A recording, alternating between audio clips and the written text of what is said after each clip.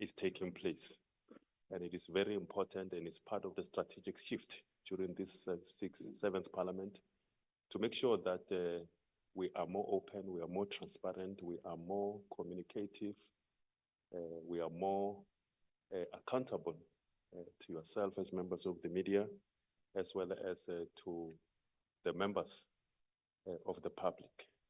So these are continuing, and we are thankful for partnering with us and being part of these important programs. For this week, you are getting to engage with the chairpersons from the cluster, from the economic cluster. The first one who will come will be the chairperson of the Portfolio Committee on Trade and Industry and Competition, Mr. Mzwandile Masina, whose focus will be on accelerating transformation of the economy, promoting inclusive economic growth, and strengthening oversight on National Lotteries Commission. And then will be followed by the chairperson of the Portfolio Committee on Transport, Mr. Salamulela, who will deal with the collaboration between department and entities, festive season road safety plan, very important as we are going into the festive season, oversight on comprehensive road safety strategy, and transformation of the maritime sector through merchant shipping bill. And then will be followed by the chairperson of the Portfolio Committee on Agriculture, Mr. Nabule, who will deal with the promotion of promoted implementation of the agriculture and agro-processing master plan, the sugar master plan, and the poultry master plan. And I see that there is representatives of the sugar industry. And then there's oversight on farmer development, oversight on agricultural entities, and protecting children against unsafe food. Very important because we are in the middle of the 16 days of activism against abuse of women and children, and the issue of contamination of food is a very important one to be dealt with. And then finally, Mr. Mikateko Matlauli, the chairperson of the Portfolio Committee on Minerals and Petroleum Resources, will deal with oversight on illegal mining, which is one of the important and critical matters that are unfolding at the moment. Translation of recommendations of the previous committee, as well as tightening oversight on entities. And thereafter, we will take questions. The chairpersons will take about 6 to 7 minutes of time. We are limiting that time because the most important thing for this kind of engagement is the actual Q&A, the engagement with your good self. Thank you very much. Chairperson Mzwandile Masina.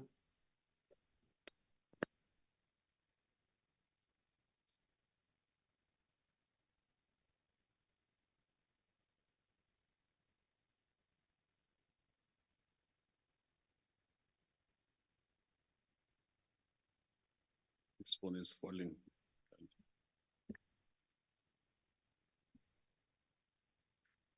No, thank you very much, Program Director. Let me greet members of the media and the people of South Africa. We are grateful of this opportunity to come and present some of the work that we've been doing. The Portfolio Committee on Trade, Industry and Competition has had a robust engagement with the department and its entities on their performance, as well as the program related to industrialization, inclusive growth and transformation. The committee acknowledged the work that they have done, but there also a need to develop and refine policies and implementation strategies to achieve the required economic growth, job creation, and equality in our society. Some of the areas that we have focused on, which we thought were critical for this media briefing, firstly, on just industrialization, the focus on facilitating upscale industrial growth, financing and measures to provide access to market sectors, but there is also a need to address barriers that inhibit the exportation of value-added goods, particularly the administered prices and inefficient transport logistics. And I'm happy that our colleagues from transport is here because many of the issues hinges with the work that they're doing. Secondly, the logistics and other infrastructure as well as pricing, therefore, that are favoring the mineral energy complex, whereas other industries such as film and digital industries could yield substantial more jobs in the economy. That's one of the shifts that we have been advocating for in the department. There's a scope for a deeper beneficiation of natural resources by the manufacturing sector to assist South Africa to diversify its export basket. However, the success of this depend on the whole of government approach with macroeconomic and other policies actively supporting industrial policy, which I'm proud to say that the DCI is now at the helm of ensuring that there is an industrial policy for South Africa. And the effectiveness of intergovernmental relations embedded in the achievement of national objectives. The fifth area is the committee met with some of the startups which companies develop around technological advances that have possibilities of scaling up relatively in a short space of time. This emphasizes the need for investment in research, development, and innovation, as well as regulatory reforms that facilitate access to venture capital funding, intellectual property, and visas for highly skilled workers. On issues of transformation, a focus on transformation by addressing demographics of the ownership patterns and management and control of the means of production is one of the areas that we have been focusing on. Secondly, ensuring coordination for an effective industrialization and job creation to foster inclusive economic growth. Thirdly, to conduct a comprehensive review of and ramping up of special economic zone to contribute to this inclusive growth that we have been emphasizing. Ensuring that the state procurement as a tool for redistribution of wealth and inclusive economic transformation is prioritized and encourage the procurement of locally manufactured product. Sorry, Chairperson, can somebody, colleagues from the virtual platform, please mute their, or whoever is assisting us here, can you mute all of them, please, until we come to the questions. Thank you. Apologies, Chairperson. Thank you very much. We also have had an opportunity to look at the financial sector, especially the banking. One of the critical issues that we have raised, and we're hoping that in the next quarter, we then should be able to call some of the major banks in South Africa to appear before the committee. Our assessment after we met in the joint committee with the National Treasury is that, you know, the consumption credit is easily available in South Africa, but credit for creating a business or productive funding is not available. But also the banks, you know, they just make unilateral laws that do not make sense. And we also obviously have to hold them accountable, you know, including some of the charges that they charge to individuals and institutions of government. So they will be appearing before us so that we can then have a conversation in terms of what are the areas that needs to be tightened so that we were able to make progress in this regard. On the green hydrogen, this is one of the options of the energy mix as part of the just energy transition. The need to balance South Africa's need, these transitions, and we need to ensure that we can find the appropriate mix. And the just energy transition, obviously, we are saying it has to be just. It doesn't have to happen haphazardly at the cost to future generations in terms of the loans that we'll be taking as South Africans. Changes in the global trade, in the global trade trends as a result of climate change, there is a mounting pressure to move towards greener energy and greener production processes to maintain competitiveness. And we're saying that South Africa will move this route. However, we need to ensure that we do so understanding our own local environment, because we also have studied other countries that are pushing for the green and some of the things that they're doing. And so we don't want to leave provinces like Mpumalanga as ghost provinces in the main. So we need to ensure that we also invest in technologies so that even our coal, we have cleaner coals that are going to be used in our coal-powered fire station, as it were.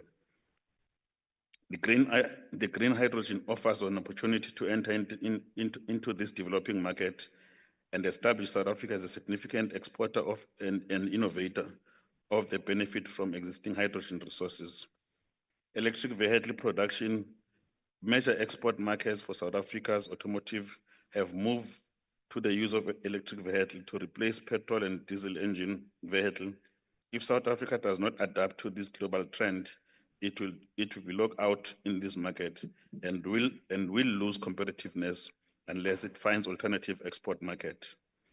We're saying that the AFCFTA could be a possible market for existing productive capacity of petrol and engine vehicles in the main. The transition we acknowledge that transition is expensive due to cost of investment in changing of the infrastructure, such as the filling stations, but may offer new local market and new job opportunities. And this, we had said to the department, we'll have to obviously study the contribution. As you know, that fuel and diesel in South Africa contribute about 3.2% of the GDP and employs about almost 300,000 people. So when these changes are taking place, there has to be economic value that is not going to displace our people in the main. The use of the opportunities offered to facilitate the transformation and local industry. We want significantly that, as you know, that South Africa, we don't have a car that we produce. So if we're moving into the EVs, we have been talking to those who are doing research and development to say, even if you've got a scooter that is made in South Africa, it will be an achievement that one can record in this regard. And the last area I want to attend on is just on the entities, and with emphasis probably on one entity. The entities that we have really, we've taken a closer look into all the 18 entities that are reporting to the Department of Trade and Industry. The observation we made is that on issues of governance, there is no framework. So we've called upon the department to ensure that there is a governance framework in which they manage the entity, so that there is a seamless way in which you can see what is happening. And secondly, deal with issues of ensuring that in the boards, the senior management, all the necessary appointments are made, because there's been weaknesses in that regard. There was an emphasis with regard to the IDC and NEF. Firstly, that the NEF must be recapitalized so that it can serve the majority of the entrepreneurs who've got a lot of ideas. And secondly, that the IDC must return to its strategic mandate to support economic development in South Africa, other than the approach they had veered off and took. The other entities we have made, especially the consumer protection entities, we have made a significant observation that many of them are underfunded. As a result, they have no sufficient capacity to ensure that they can discharge their services and protect consumers in the capitalist system that we're operating in. And the other entity that we made some observation is the Competition Commission, that it will have to make some significant work in some of the areas. For instance, in the committee, we've already raised the issue that there are some budget airlines that have come in.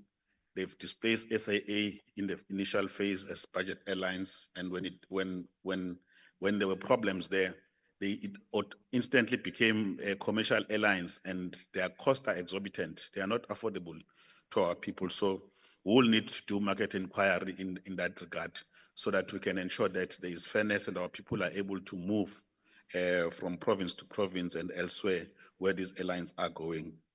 And the last entity, the National Lottery, as you know, that it's one entity that has been plagued with the problems of alleged corruption and misuse of power, so especially the proactive funding.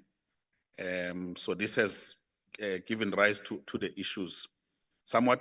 What the briefing from the SIU, the Hawks, as well as the NPA that happened a couple of weeks ago, indicated to us that there is a collusion. There seemed to have been a collusion between the NLC officials and NPO and NPC where monies that were received by these NPO and NPC were shared or transferred to accounts of certain officials or purchase of assets, which the committee characterized this as a crime of greed from those individuals, and we have called upon these institutions to make sure that they can make necessary arrest, especially to those that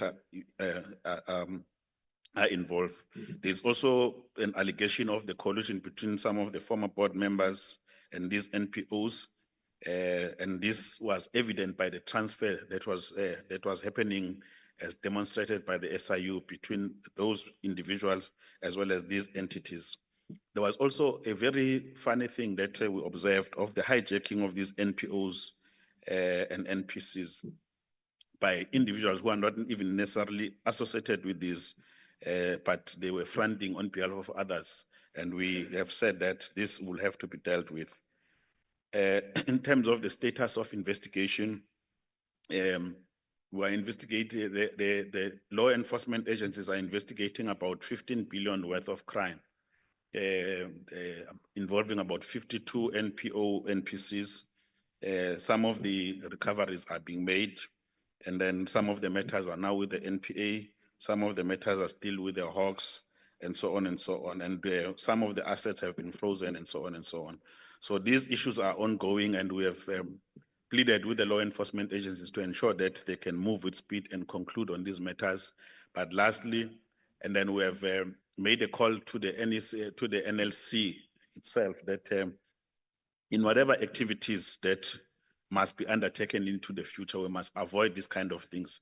We must introduce the systems of control, because it appears as if it was just a buffet that was happening there over that particular period. So we have called upon them to introduce new systems and new processes so that the rightful beneficiaries of these these funds that are meant for good causes are actually going to good causes.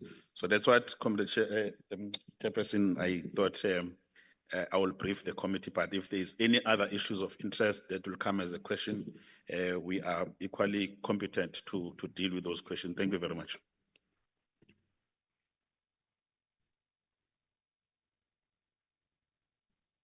Thank you very much, Honorable Chair.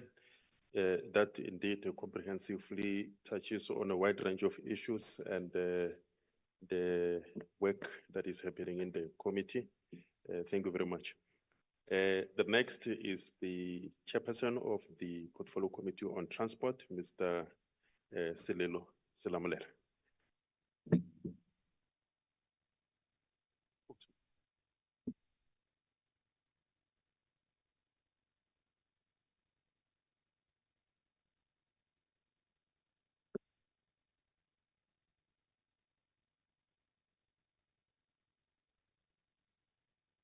Thanks very much, our media coordinator, Mr. Moloto, responsible for this session. Allow me to take this opportunity also to greet my colleagues, the chairpersons of portfolio committees in the economic cluster, and also to greet members of the media, colleagues, friends, and people of South Africa. We take this opportunity first and foremost, Mr. Moloto, to appreciate the opportunity to come and brief the people of South Africa on the work that we've been doing since the beginning of our term as we draw to the end of the year. But perhaps also I must take this opportunity to, on behalf of the Portfolio Committee, extend our words of condolences to those who suffered yesterday when we had one of the accidents here in Worcester, where we lost lives of our people.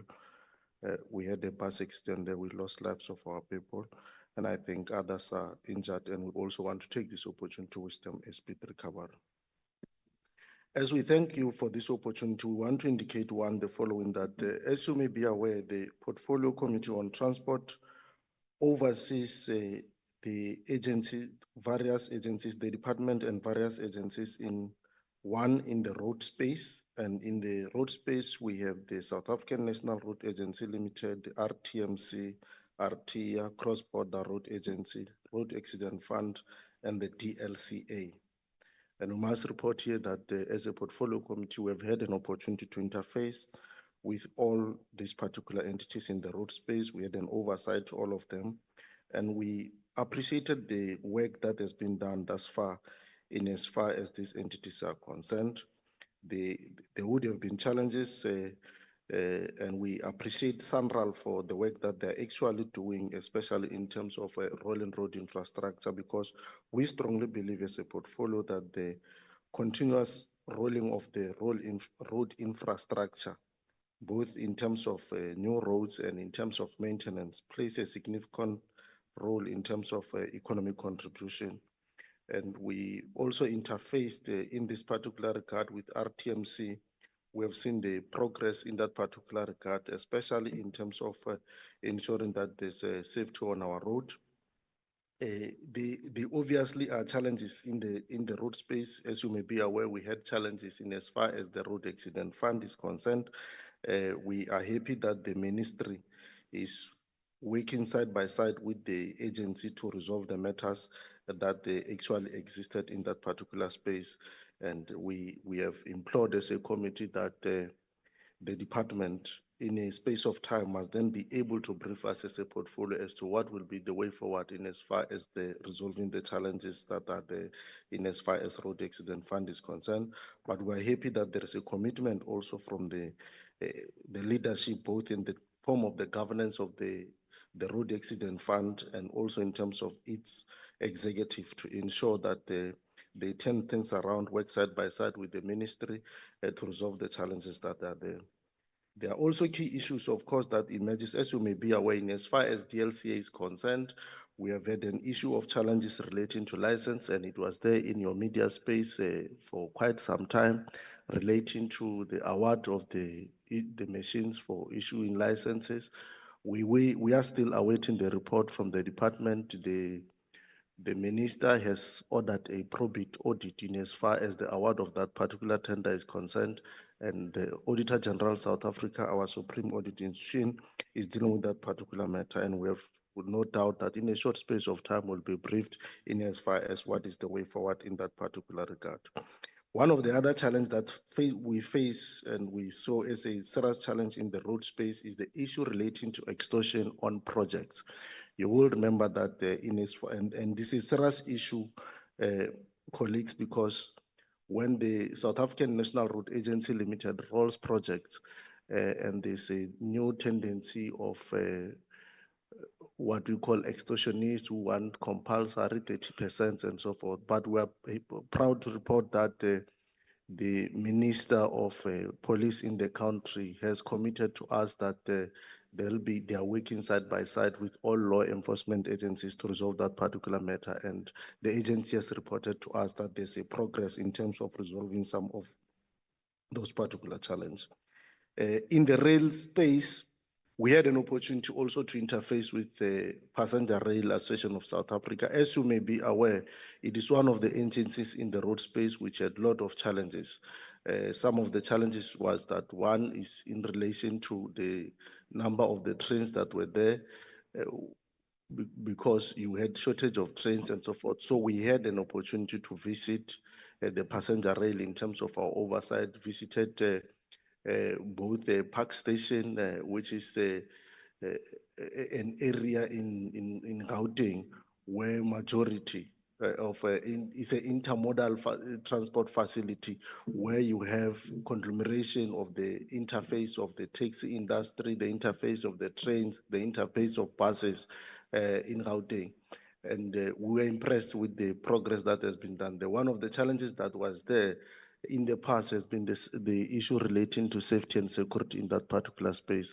And we are proud that we are happy that when we arrived there, we have been able to see that there's starting to be a progress in terms of resolving some of those particular challenges. But also that we have seen that the things are starting to turn around, albeit that they are slow in as far as price is concerned. We have implored as a committee, one, that they must continue to implement all the SIU recommendation reports that they are sitting with, the AG reports that they are sitting with. And one of the things that has always been a challenge in the past has been the matter relating to consequence management for those who actually commit wrong in the space. So we are monitoring that in as much as we can. Mr. Moloto, the other issue, as you may be aware and colleagues may be aware, that at the beginning of this term, Transnet was transferred now under our oversight body, our portfolio committee. We have not had an opportunity in the first to visit to conduct oversight on Transnet, but we had been able to receive a brief from Transnet. We will be in the beginning of the year visiting Transnet to get to understand what are the challenges. It's an entity that is still faced with challenges. And as you be aware, in as far as the economy is concerned, Transnet is at the center, at the heartbeat of our economy in terms of ensuring that goods moves in the country. So we're very, very interested in the progress and the developments in that particular space. And we need to assure the people of South Africa that we leave no stone unturned in terms of our oversight powers to assist in turning Transnet around so far as we are concerned. The other issue in the airspace, we made the air traffic navigation system. In the recent past, we have had a problem with the landing of flights, as you may be aware, and everyone kept on saying it was an ATNS problem. We also met with the South African Civil Aviation Authority. We requested requested the minister to ensure that the existing challenges that are there between the two entities, which results in delays in flights and so forth, which obviously affected all of us here. There's no one who can say he has never been affected by that particular challenge. And we are happy that there seem to be a progress, because ever since that oversight engagement and ever since that meeting took place between the two entities, it would seem that the matters are being resolved, albeit that there are still challenges here and there. We also met with the Airport Company of South Africa. The Airport Company of South Africa is the company also having a hand in this particular challenge of delay in flights. We've also implored on them to assist in that particular regard to ensure that our airports are properly managed, there are no challenges, and we are sitting on them. We'll be sitting on them as we move forward. As I indicated, Mr. Moloto, the South African Airways is now under our authority. We have not yet, at this particular point, met them, but we need to indicate that we are happy that it has been reported in the recently that for the first time in more than a decade, they have recorded a profit. They deposited a profit, which is something that they will be getting a brief on what informs this particular turnaround and what type of support will they actually need as we'll be meeting with them. We met in the maritime space, we met SAMSA, we also met the port regulator. I must also, and we are also happy with the progress that is currently taking place in that particular regard. Of course, in as far as the maritime space is concerned, in as far as legislations are concerned, we'll be introducing the new legislation now, which is currently out for public inputs, the merchant shipping bill. We strongly believe that then we call on the people to take this advantage of this platform to call on the people of South Africa to ensure that they look into that merchant shipping bill and make their own inputs and contribution. We will be the beginning of the year next year, we will be running public hearings so that we continue to reach out to as many people as possible to improve the merchant shipping bill. We strongly believe that the merchant shipping bill will transform our maritime space, ensure protection of our waters, ensure the safety of those who work in that particular space, in the maritime space, both in the big vessel and small vessel, the fishers and everyone. So because we know the role, the important role of the maritime space in as far as economy is concerned, hence we call on all the people of South Africa to make their valuable input in this particular regard as we'll be going. As you'll be aware, we have also finalized the economic regulation of transport bill, which was actually finalized by the previous sixth administration and the sixth parliament, but there were just slighter challenges. We have attended to that from the legislation point of view. Key issues that we need to look into at this particular point is first is that we have received the festive road safety plan from the department last week, Tuesday. We have been briefed and we joined yesterday on the occasion of the launch of the festive season safety program. by the ministry. We joined the campaign yesterday, a very successful campaign at Carousel, Gauteng Province in Amanskraal. The important thing that is that the committee supported the strategy, this particular plan. One, because we felt that for the first time, the department presented a comprehensive strategy. Why we're saying that? Because one, they committed that they'll be pulling all their resources. They are going to introduce the 24-hour service on our roads for the whole festive. So visibility of law enforcement will be 24 hours. Secondly is that it is for the first time we see a strategy where all partners, the Automobile Association of South Africa, Santago, National Taxi Association, all law enforcement entities coming together under one roof to say, we need to move towards zero death on our road. And I think that was quite impressive for us. We support that, and we will be, as a portfolio, doing continuous oversight, side by side, over this particular festive season to ensure. We have taken opportunity yesterday to call on all our law enforcement agencies in support of the ministry to toughen up, arrest transgressors, and ensure that we go to a no cold drink festive. No cold drink festive on our road in as far as the law enforcement is concerned. I think it's a very important issue for us. But we have also called on the people of South Africa, and we still use this particular platform. First, to all of you, our colleagues in the media space, members of parliament, all the people of South Africa, and all of you present here, that road safety is all our concern.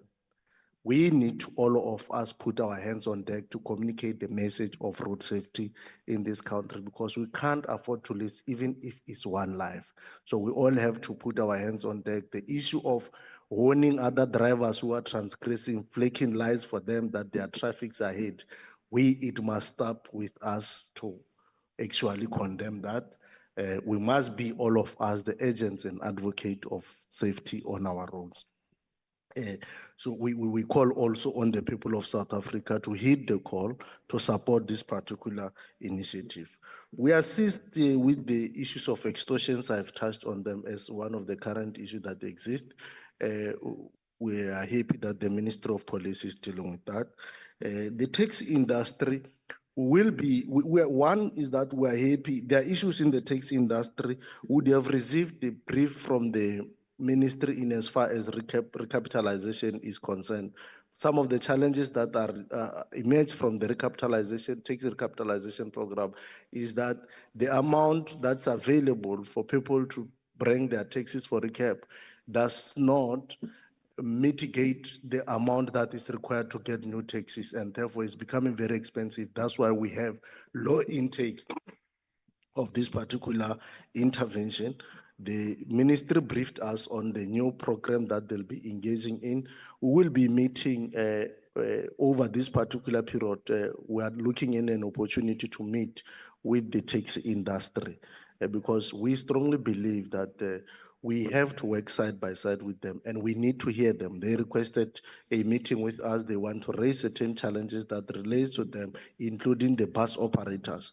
We will be meeting with them and interfacing with them with the opportunity arising as soon as it can be possible. We need to assure the people of South Africa that we will continue to support the taxi industry because, one, we think the taxi industry plays an important role in the economy of our country.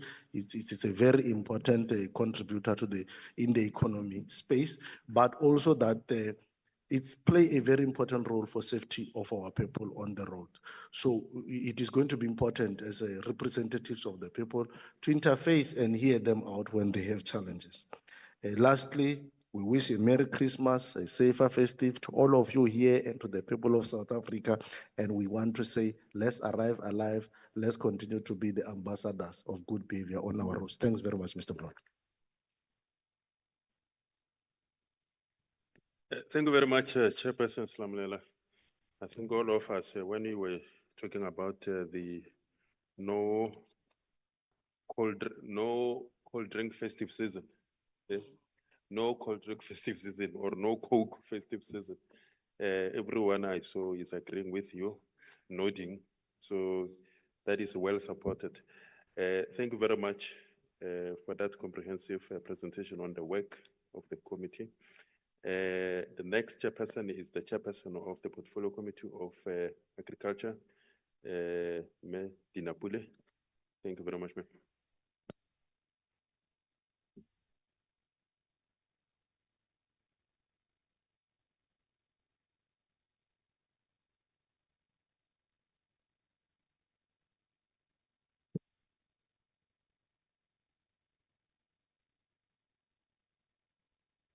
Thank you very much, Dr. Moloto, for the opportunity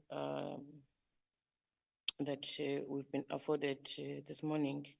I'd like to greet everyone else who's here and also the people of South Africa who are watching the briefing. Chairperson of the session, the brief by the Committee of Agriculture starts from the legacy report. The legacy report, which was the genesis of the current committee. We started there and the report indicated the existence of a master plan or master plans, which are agriculture and agro-processing master plan, sugar master plan, and the poultry master plan. The committee then invited the Department of Trade and Industry to come and brief us on the status and implementation of the plans that are expected to play a key role in the growth and transformation of the agricultural sector. Because these plans were managed at the Department of Trade and Industry and Competition. As a recommendation after that, we then agreed that we're going to request the Portfolio Committee on Trade, Industry and Competition to meet with us to discuss further issues that came out of that. The committee also engaged the Department of Trade, Industry and Competition to ensure the acceleration of the implementation of these plans. On food security and food safety. While food security and food safety are interdepartmental matters, which includes other departments like your health and others, the committee is disturbed by the loss of children's lives as a result of poisoning linked to the pesticides that contaminated food products bought from the spaza shops.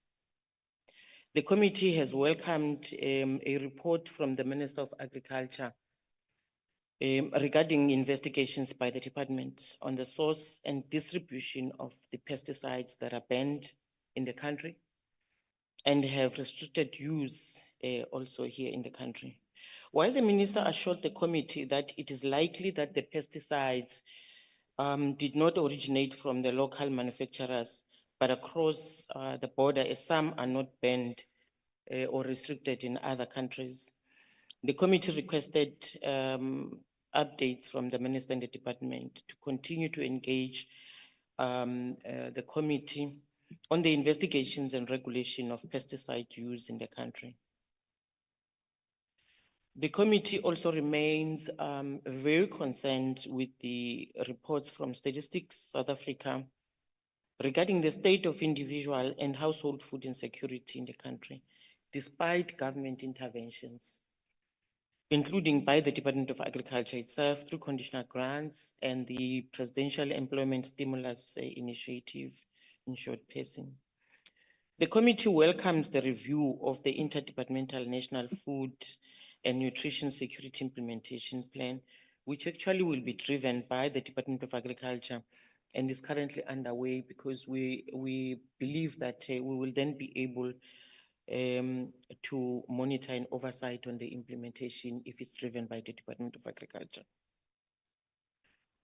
On the third matter, which is the audit findings by the Auditor General on the department and the entities under the Department of Agriculture. Repeat findings from the Auditor General of South Africa that remain unaddressed by the department and some of its public entities are also a major concern, and areas of oversight by the committee. In the last financial year alone, 3 entities of the entities of the department received qualified opinions.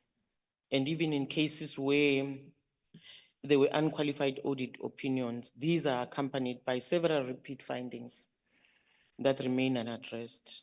These are the findings on non-compliance with the Public Finance Management Act and National Treasury regulations, deficiencies, internal controls, reliability of reported performance information, challenges with revenue management, and persisting lack of consequence management in respect of irregular, fruitless, and wasteful expenditure due to non-adherence to legislation. Now, the committee made a recommendation and took a decision in order to ensure that the department and the public entities effectively address the repeat audit findings from the Auditor General and strive towards clean audits. The committee has recommended that on a quarterly basis, the department and its entities report to the committee on actions that are being taken to address the AG's findings through the implementation of audit improvement plans, including investigations undertaken and actions against those found to be responsible for irregular, fruitless, and wasteful expenditure. The committee is particularly concerned also with actions on individuals that resign when implicated on financial mismanagement and other fraudulent activities. Such cases were reported by the department, the Honor Step Board, Biological Products, and the National Agricultural Marketing Council. On farmer support programs, which is part of the work that is supposed to be done by the department, and we oversight mostly on that because we want to see farmers supported. The committee also received a briefing from the department on progress and the implementation of the farmer development and support programs, including the streamlining of the support programs through the recently approved national policy on comprehensive producer development support. And as part of farmer development and support, the committee further engaged the department, the Land Bank, and the Industrial Development Corporation regarding progress on the implementation of the blended finance scheme that was developed to drive sector transformation and commercialization of the black producers.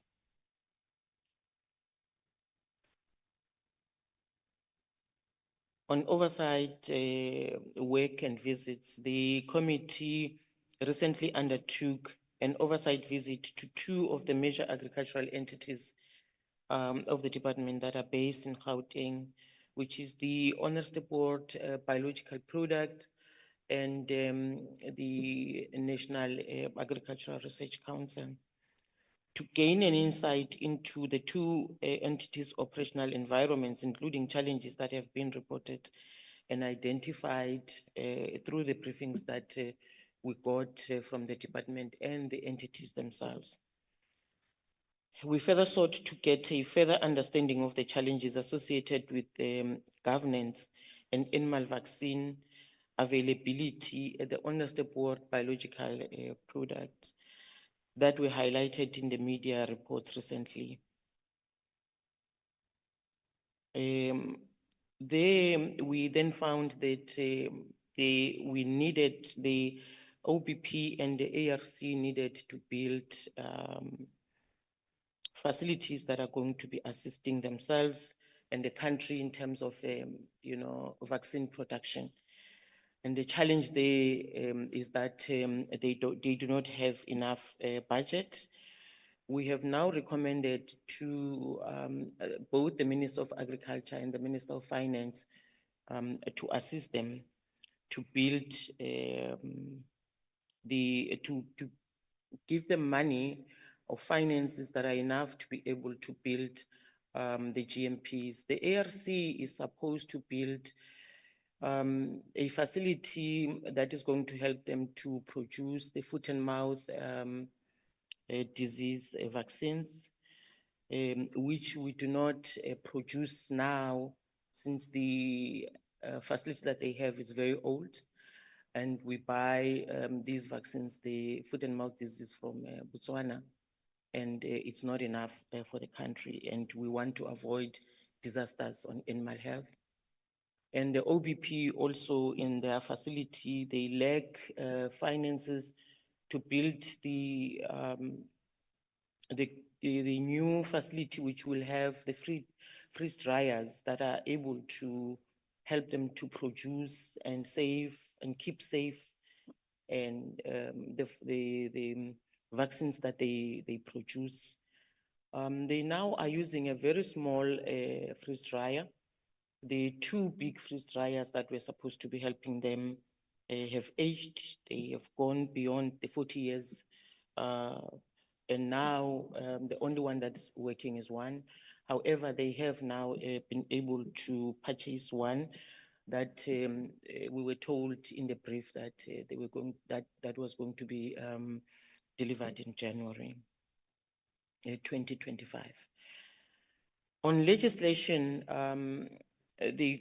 we engaged the department because there are two pieces of legislations that were stopped towards the end of the 6th Parliament. And those are Animal Welfare Bill that is expected to replace an old legislation, and the status of the marketing of agricultural products and the perishable products export control amendment bills that have been under development since the 6th Parliament. When we had that briefing, the challenge that we picked up was that the two bills have been on the table for the past 8 years, and they have not been able to finish them or to bring them back to Parliament. I want to indicate that these bills, especially the one on animal welfare bill, has raised an interest from the community, and some of the committee members came to attend the portfolio committee meeting, and they actually have commented and gave us an insight on what they would want and information that they would want to be included in the bill. So they contributed on a paper.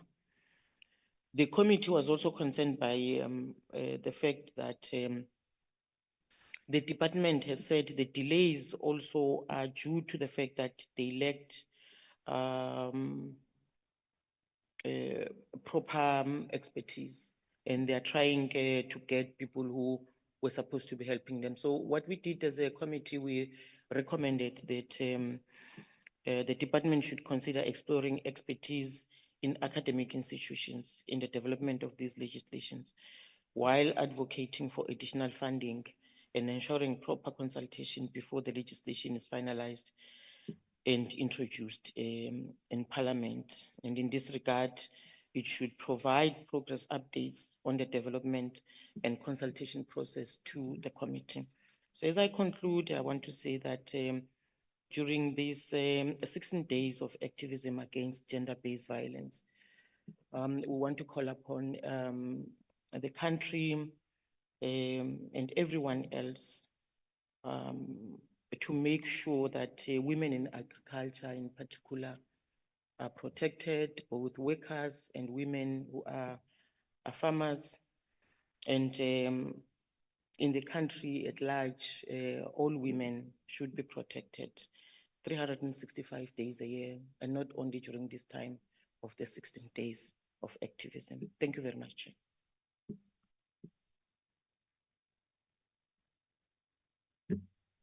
Thank you very much, Chairperson. They couldn't have ended it on a high note there on the campaign, very important. Thank you very much. The last and definitely not the least, the Chairperson of the Portfolio Committee on Minerals and Petroleum Resources, Mr. Mikateko Mahlaule.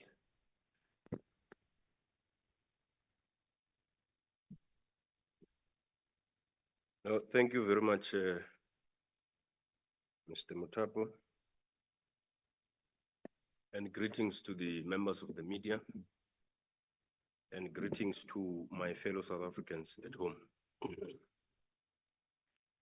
So, after the establishment of the 7th Parliament, we appeared to be the Portfolio Committee of Mineral and Petroleum Resources instead of what it used to be called Mineral Resources and Energy. So first and foremost, we went to the adopted legacy report of the 6th Parliament.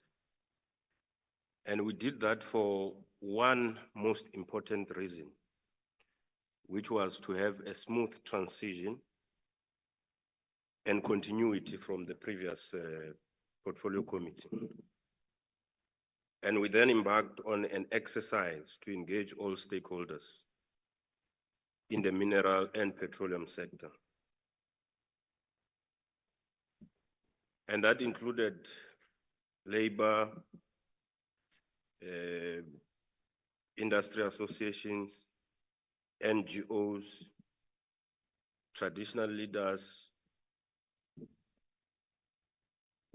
and we had to undergo a very painstaking exercise of interrogating the annual report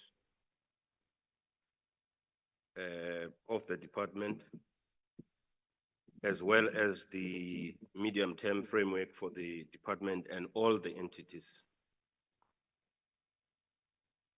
Now, it's important to note that due to a prolonged time in the formation of the Government of National Unity, the business of Parliament, and by extension of that of the committee, were also affected. And for that, we had to move with a very speed in how we do our work. We also even worked beyond hours, after hours, to cover the lost ground during that period. And we had to quickly piggyback on the recommendations of the legacy report to draft an oversight program, which we went to the Northwest and Gauteng between the 7th and the 12th of September. And during this oversight, we focused on illegal mining and mine health and safety issues. We went to Impala Platinum Mine in Rustenburg. We went to Sibanye Stillwater and Harmony Gold mines in Gauteng. And coming back from that oversight visit, we were immediately seized with the task of scrutinizing annual reports of the department and entities in preparation for the budgetary review and recommendation report, which was tabled to the committee by the department. I must say, we don't have now a bill before the portfolio committee, but we're expecting 3 bills which passed the cabinet. That will be the draft South African Petroleum Company Bill, we call it SANPEC, the draft Petroleum Product Bill, and the Mine Health and Safety Amendment Bill. So these are the bills that we're expecting that they come to the portfolio committee. And this is in line with the recommendations that were made by the 6th Parliament. And 2 weeks ago, we received a presentation from the minister about artisanal and small-scale mining as well as junior mining on the exploration fund, because from the 5% global share in terms of spend for exploration, we've gone down to 1%. And that tells you that it means less of mines, less of new mines, because we are not exploring. So we had to interrogate that. And while illegal mining is a huge concern for the country, we do note the department's effort to regulate the artisanal and small-scale mining subsector, which came about as a recommendation by the Committee of the Sixth Parliament. We would like to also note the positive efforts that are made by the nut joints to fight the scourge of illegal mining. The intelligence work that is put there has allowed them to crack down on the huge illegal operation, including the one in Stilfontein, which obviously attracted a lot of talks locally and internationally. In the fourth quarter, which is between January and March next year, we will be focusing on the quarterly report of the department and entities, as well as efforts to visit the newly acquired entity that belonged to formerly state enterprises, which is Alexco. Alexco is now housed in our portfolio committee, so we will be spending time to understand what are the challenges there. We met with Alexco and realized that their business model is so complex and there is instability in terms of governance.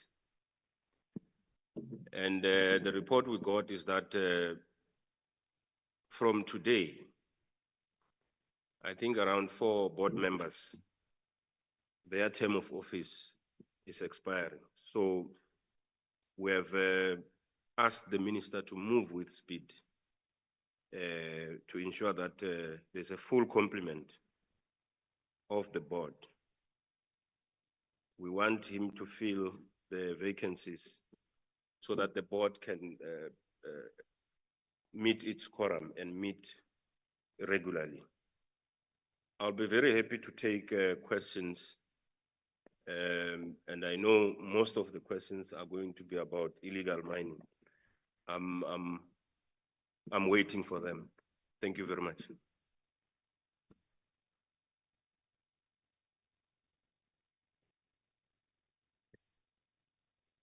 Thank you very much, Honorable Chair, and all the 4 chairpersons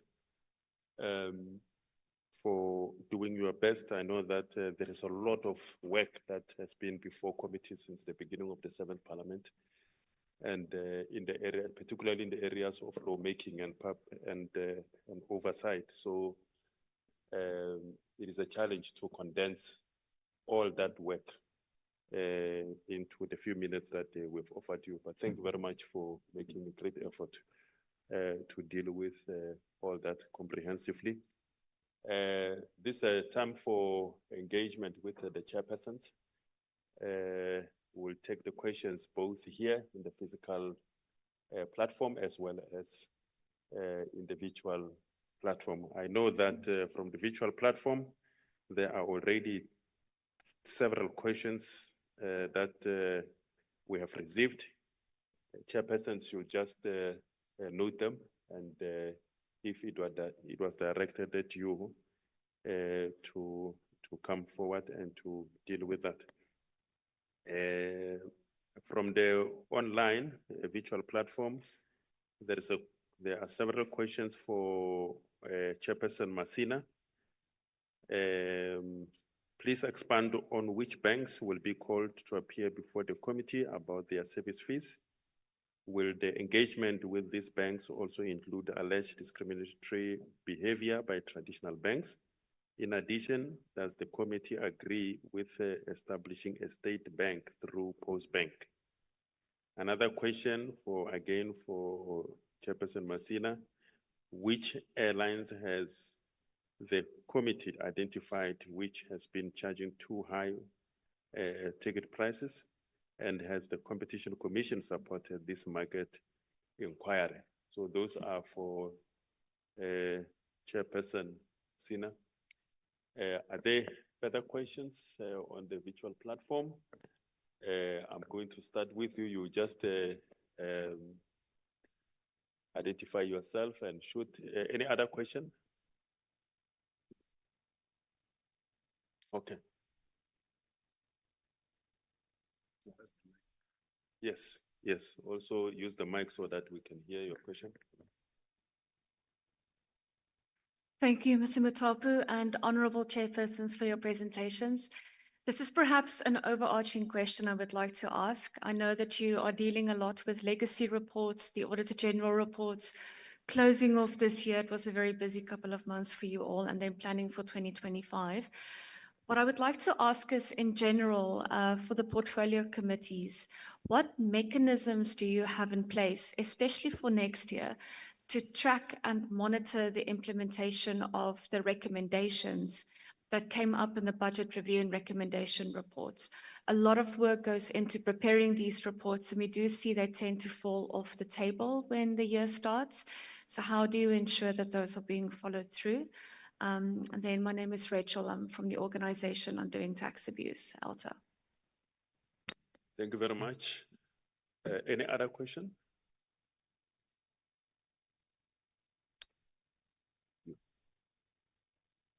No, for all the chairpersons. For all the chairpersons.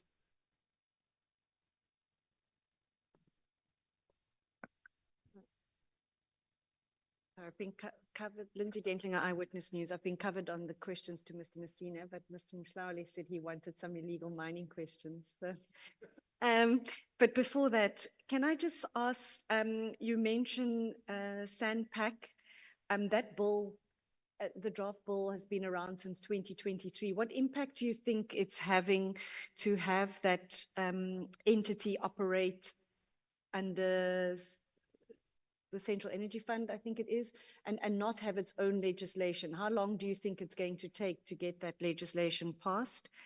And then on illegal mining, this similar question, you're saying you are waiting for legislation to regulate artisanal mining. How urgent is that given what we're seeing playing itself out with regards to illegal mining? Thank you. Thank you very much. Any other question? I don't see any. Are you telling me? I don't see any other question. You can answer. I think I've noted the questions to Chairperson Masida and Mhlawuli. No, thank you very much. So in the engagement of the Portfolio Committee, National Treasurer, and ourselves, we have identified the big five banks, as you know them: Standard Bank, FNB, ABSA, Nedbank, Investec, plus the other banks. We will just target about five of them. Probably a bank like Capitec, Green Road, African Bank, Bidvest, and Mercantile Bank. I think that covers the first question. We'll just have to sort out the mechanism, and then in the next quarter, just make sure that they appear so that we're able to ask these critical questions. There is already a state bank in the form of Postbank, and we fully support. And we obviously have to look at a mechanism on how the state bank can be better supported, especially by the state itself and its agencies, so that it can be a working bank for the people of South Africa. If you look at major economies, you know, they have a lot of banks, you know, but in South Africa we're limited for one reason or the other. And that creates an opportunity for, you know, for some of the ills that we have identified. You know, banks decide in South Africa for no reason known to them to open and close their accounts. They decide how much interest is paid and how much is not paid. They decide who gets credit, who doesn't get credit without explanation. So we really will have to find a mechanism in which we can find each other on how best we can move South Africa forward, because the cooperation of the financial sector is important if we're to grow the economy of South Africa. The second question, which airlines, for instance, you will know that FlySafair, Lift, Chem Air or Shem Air, whatever you call it, they came in or they were introduced as budget airlines like Mango and the other ones who disappeared. But these ones are still there. They all came in as budget airlines. And then the Airlink has been operating for almost over 30 years as a regional airline. But what subsequently happened with the problems at SAA is that they then got involved in the mainstream, you know, going into the main cities. So we will be approaching the Competition Commission through the minister and call for the market inquiry into these areas. Firstly. Secondly, also to check what is the impact of Airlink with regard to the routes that normally were operated by SAA, like you know, the route to Durban, Cape Town, Johannesburg, kind of. They used to, in the main, go to areas like, as an example, Kimberley, Nelspruit, Pietermaritzburg, and so on and so on. So we need to find so that we can have a sense of what is happening with regard to that. On the question of Rachel, on the mechanism, we have been presenting over the past 2-3 weeks the BRRR reports with recommendations, and all of them have been generally, you know, approved by Parliament. There's just a few that are remaining. Over and above that, in some instances, for instance, like at the level of our portfolio committee at DTIC, we had made recommendations to the department to review the APP. Just to give you a sense, they had about 156, you know, things to achieve. But if you take a closer look at them, actually those things are about reports and meetings. They have nothing to do with what they must do. So they have subsequently reviewed their APP and it has been approved by the portfolio committee. There's about 56 areas of focus now where we're going to hold them accountable. So we have agreed on the methodology, on the scale and the time frame in which we are going to be working together to ensure that there is transformation, but also we expand on this thing of industrialization in South Africa. So we do have mechanism in place which have been established to ensure that we can hold departments to account. Thank you very much. Thank you very much.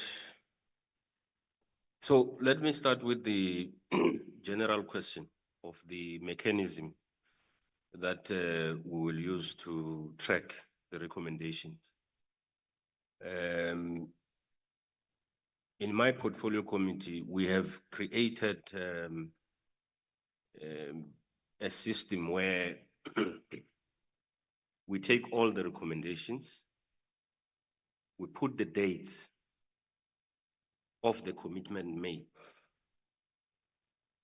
so that we don't want to lose some of the issues that were raised and recommended.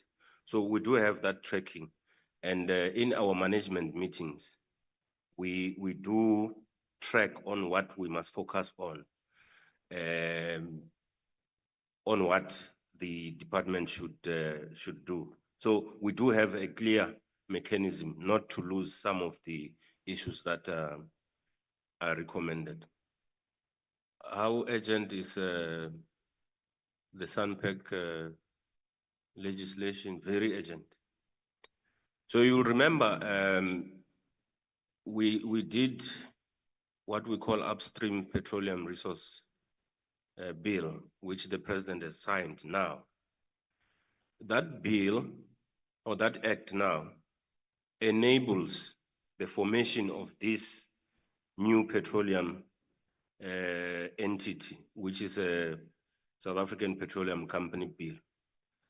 Now, when it arrives in Parliament, and it's before us, because it's not before us, so the issue of urgency is not with us, it's still with the government. When it arrives,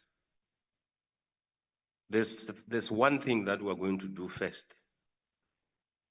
We're going to look for a legal opinion on whether we must run again the public hearings, because most of the issues that are raised in this bill emanate from the upstream petroleum resource bill, which is enabling the formation of this new company. So it's very urgent.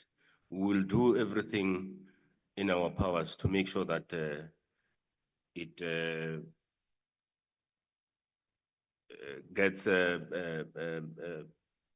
dealt with here in Parliament. There is a policy that guides artisanal and small-scale mining. We don't think, however, because it's not a legislation, it's a policy, we don't think it has teeth. It enables the government to assist small-scale and artisanal mining. So it's very urgent. And that's why we are making submissions on the MPRDA, the review of the MPRDA, to factor in this important aspect of artisanal and small-scale miners. We're looking forward for the department to respond very quickly, bring the review, and then we'll take it from there. But we're very serious about artisanal and small-scale mining. There's one concern we had, and we indicated to the minister, especially on the funding and helping of the small-scale miners and the artisanal miners. So you have 114 people who are applying for funding, and then you take 20. We were concerned about that. And issues that were raised there were compliance issues. And we say that industry, because we call it a pick and a shovel industry, is not occupied by sophisticated people. It's a pick and a shovel person. And we are saying the department should assist them to comply. You don't say you have not complied and therefore we are not giving you funds. No, we are saying assist them. If there's a document missing, call them and say, bring that document so that they comply. Because if you treat them like big companies and you are punitive in your approach, you will never assist this subsector of the mining sector. So we're very happy that there is some movement, but 20 is not enough. I would have loved that of the 114 that applied, all 114 are assisted with equipment, financial startup, as well as rehabilitation funding that is needed there. Thank you very much. So, sorry, just one thing that I forgot to mention before we move to the next chairperson.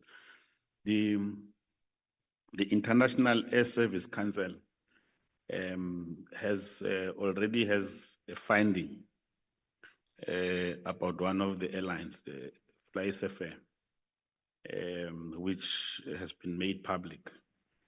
And just for those who might not have seen sight of this, there are allegations of non-compliance with Section 17(5) of the Act, as well as Section 15. Section 15 deals with shareholding. It says that foreign companies in the airline can hold about 25%. In the case of FlySafe, it's 74.86%, which is outside of the regulation. We have agreed with the chairperson here that Silamlela, that we are going to have to call this entity to formally brief Parliament with this and the implications, so that we are able then to take up these issues. So the complaint came from Airlink as well as Global Aviation Operations, amongst others.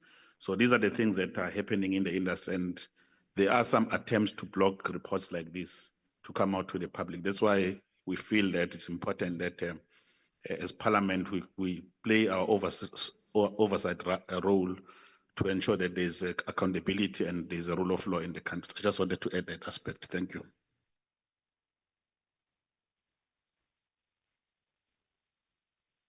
Thank you very much, Chairperson. The question from Rachel across the chairpersons here on agriculture, PC, we track immediately when we got the legacy report. We then highlighted the issues that needed to be taken forward, issues that were supposed to be implemented by the department. We highlighted them and we isolated them, and every time they come on a weekly basis, we give them indications of the issues that we want them to respond.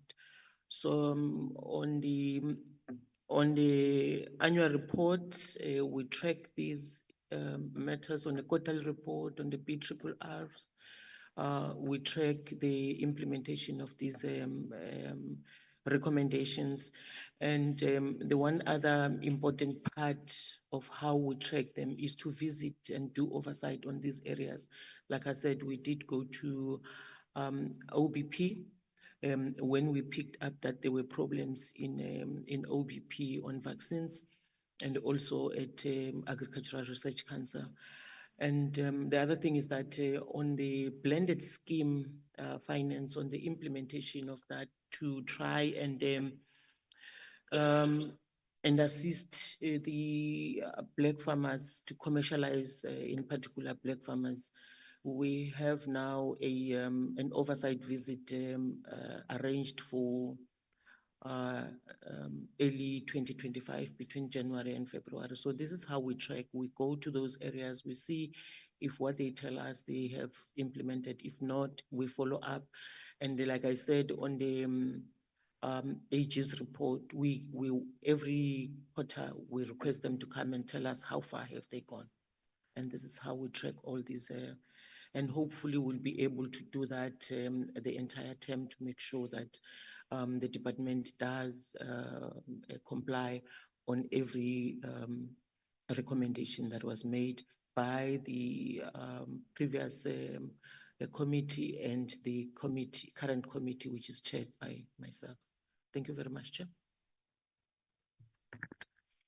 No, thank you very much, colleagues. One is to equally indicate that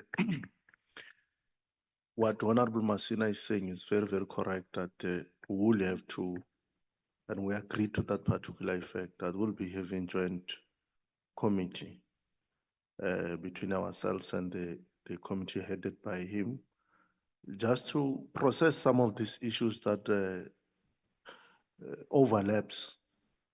And I think the issues he has already articulated to is one of the first issues that we'll be dealing with. But to assure you and assure the people of South Africa that you are going to have in this seventh parliament, you are going to have more of joint accountability. The issue of being fragmented is what in the past has resulted in issues falling falling offside. So we're not going to allow that. Where it warrants that there must be a joint committee on transport and minerals, we're going to have that. Where there must be joint committee on transport and agriculture, we're going to have that. And where we must all meet together and make a joint accountability, we're going to do that. That is why you are starting to have us now briefing you collectively as a cluster that looks into the economy. That's the approach that we are taking. We're not apologetic on that.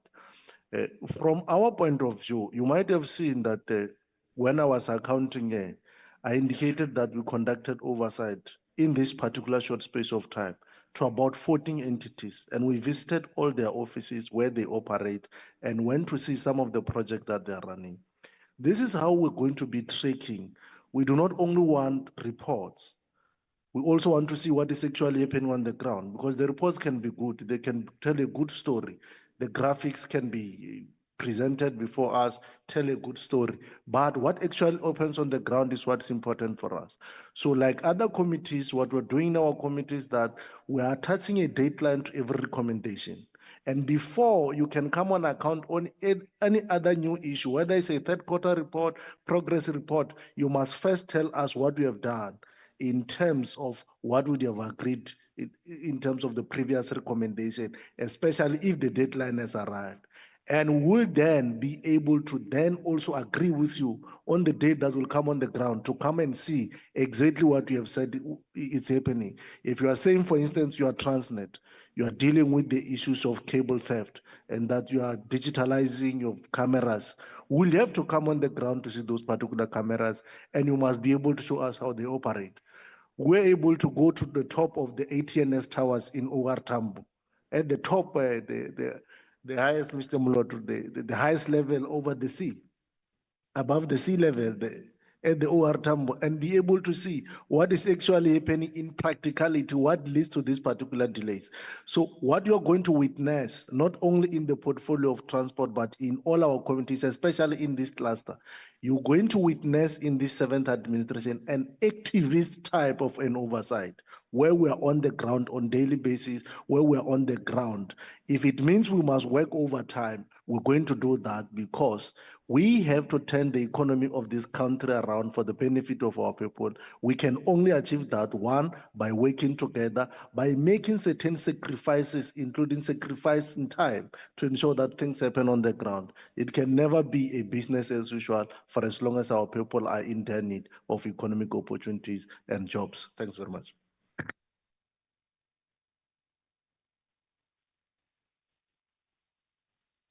I suspect that there will be no further question. But, oh, okay. You will introduce yourself. And then Lindsay again, second bite. Thank you, Moloto. It's not a question. I hope it's going to be a compendious input. I won't be long. I'm Cedric Mboisa. I'm from South African Sugar Association. We represent the sugar industry in South Africa, both sugar cane farmers.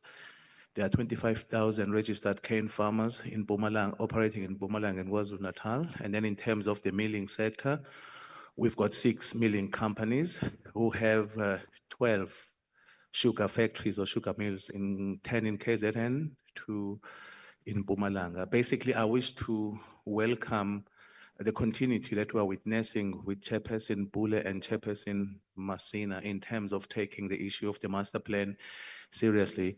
As you will recall, this emanates from the previous administration. You'll recall in 2019, when the President Cyril Ramaphosa, stated in his State of the Nation address that there would be master plans introduced in order to make sure that some industries recover. As a result of the master plan, we have somehow been on a recovery mode, because prior to the installation of the master plan, we faced an existential crisis, which was precipitated by serious challenges such as sugar tax, incursion of sugar imports from Brazil and so forth.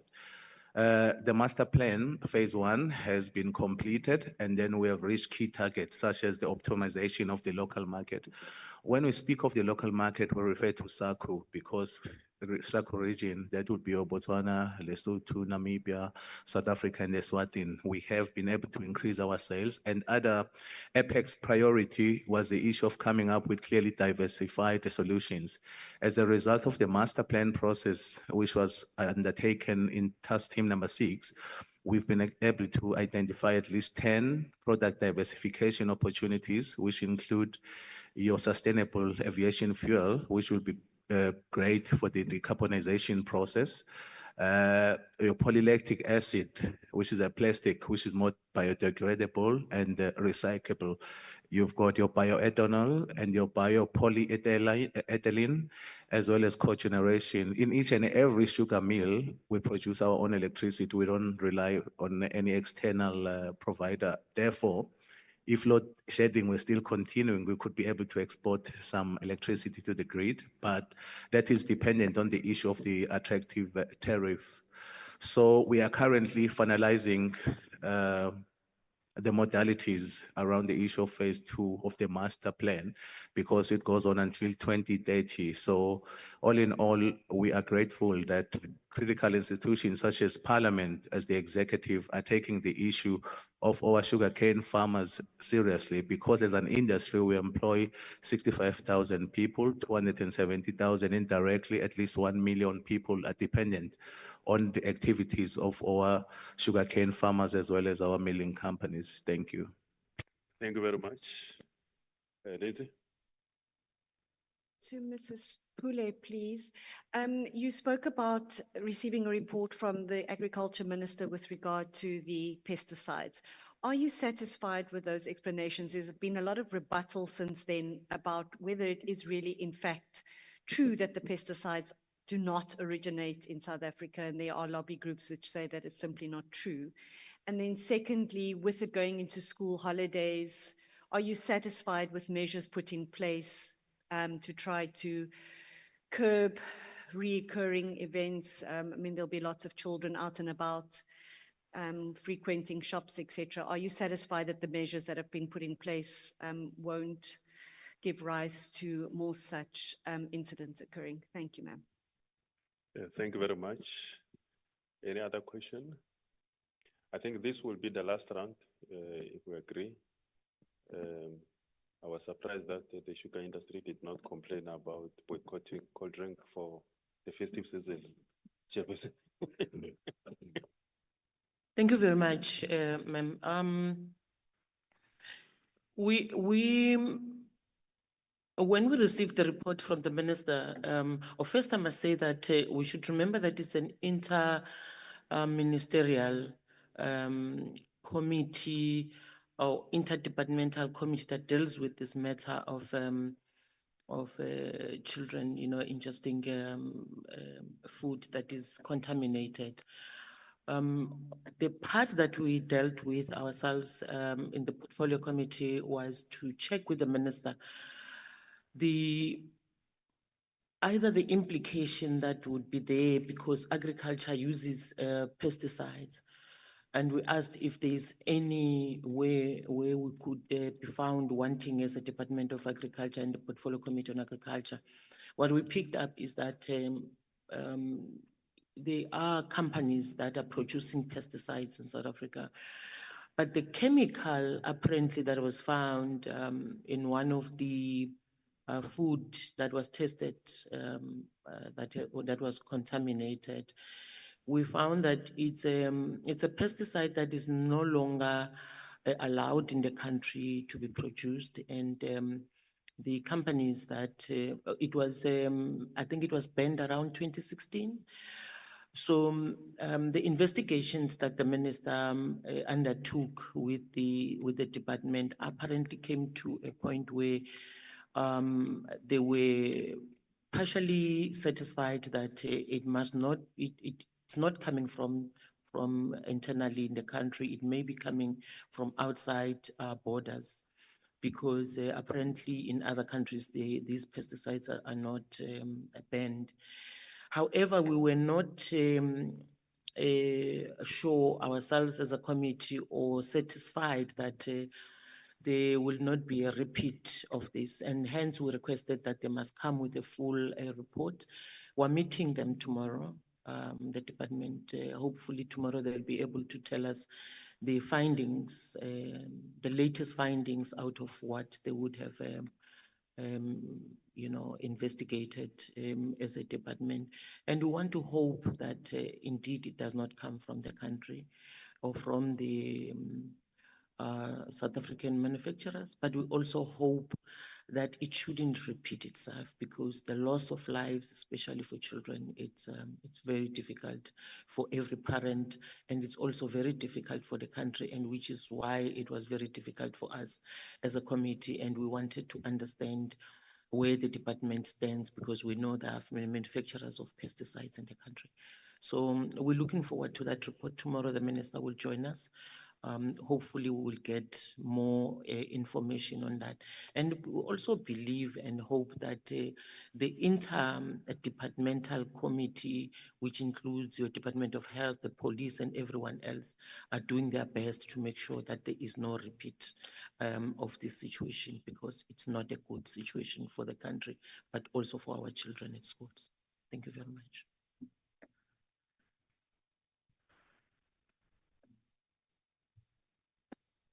Honorable Chairpersons of the Economic Cluster, thank you very much for your availability to engage this week with the members of the media and the stakeholders. It's really appreciated. Thank you very much, Chairperson Masina, Chairperson Salamulela, Chairperson Pule, Chairperson Mahlaule. Thank you very much. It's really appreciated. Thank you very much to the members of the media for your attendance once again. Thank you very much to our esteemed stakeholders. Thank you very much for your presence. As we will know, we said that these are weekly briefings. However, this week is the week that the National Assembly is rising. It's the last week of the year before the House rises for leave and constituency work. Next week, the National Council of Provinces tend to rise also for leave and constituency work. So we will let you know if we are able to do a final one before the two houses rise. But thank you very much. Otherwise, if we are unable to, we will resume again with these briefings in January 2025. Thank you very much. The lunch is served just around the corner. So please don't leave before you get something. Thank you very much.